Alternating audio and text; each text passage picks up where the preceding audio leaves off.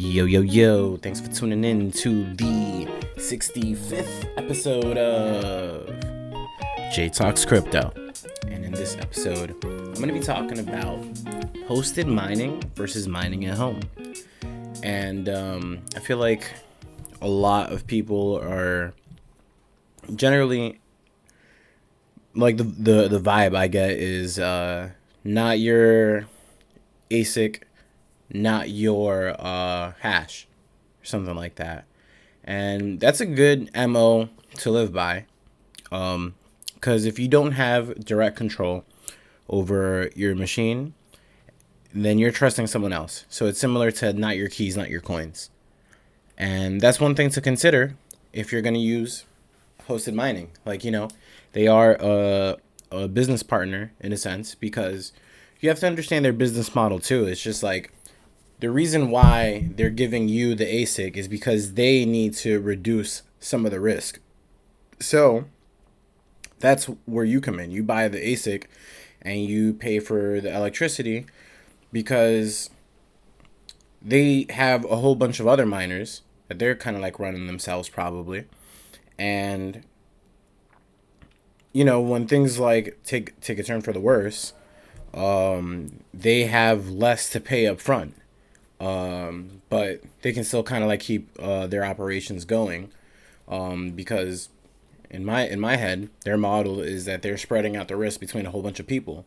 It's easier to have one person pay like, I guess, like $200 a month than to have one corporation paying, I don't know how, like, 200 times 200 machines or some shit.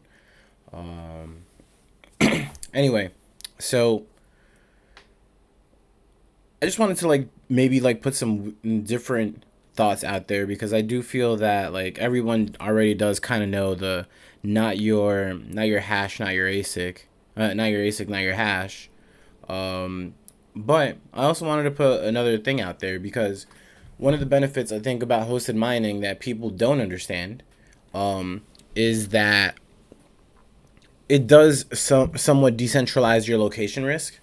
So if you are, let's say like you're mining at home, right? And some shit happens, like there's a fire at your house, or in an in an even more extreme situation, the government comes and like they try to seize your ASICs or something like that. Maybe it would be a good idea to have an ASIC running with someone that you trust in a different location.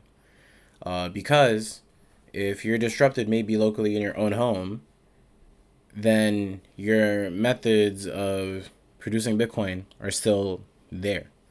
You do take some risk by not having the ASIC, but then by only having an ASIC at your house, and only doing that, you take on a different risk that I feel that some people just don't really talk about or think about, because that is an attack vector.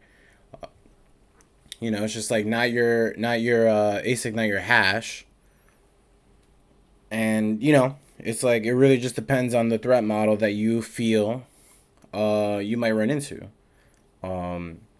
And if you do feel that that's something that you might run into, maybe it's just like you decentralize like your country risk, where it's just like, oh, I don't only host my ASICs in USA, I also do like different countries. But then you also have to be careful, because a whole bunch of miners did that, and they had miners in Russia, and then USA sanctioned Russia, so they lost all of their miners and they lost all their money on that shit.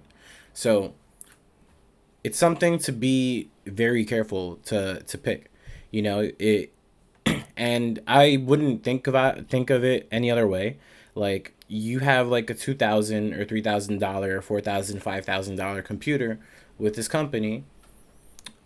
So like, do your due diligence. Make sure, like, don't just go for the absolute cheapest like hosting facility.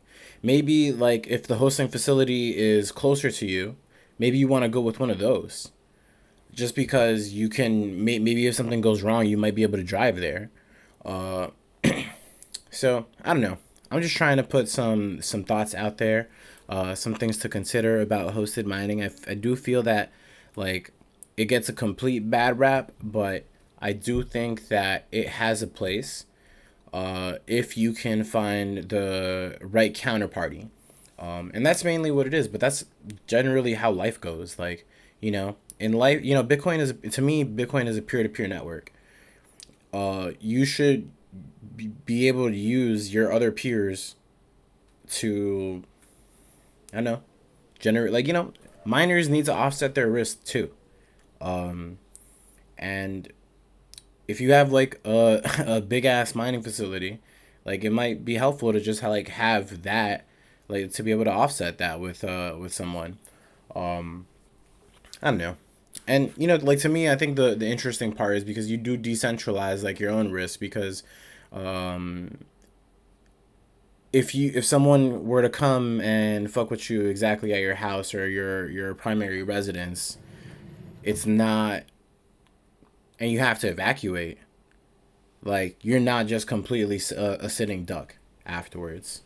And I guess that's the main thing that I wanted to put out there. Anyway, this video was a little short and sweet, so I'll end it here.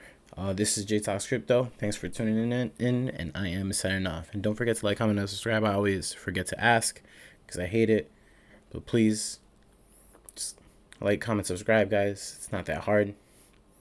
If we ever do get to 1,000, I'll do a giveaway of Open Dime.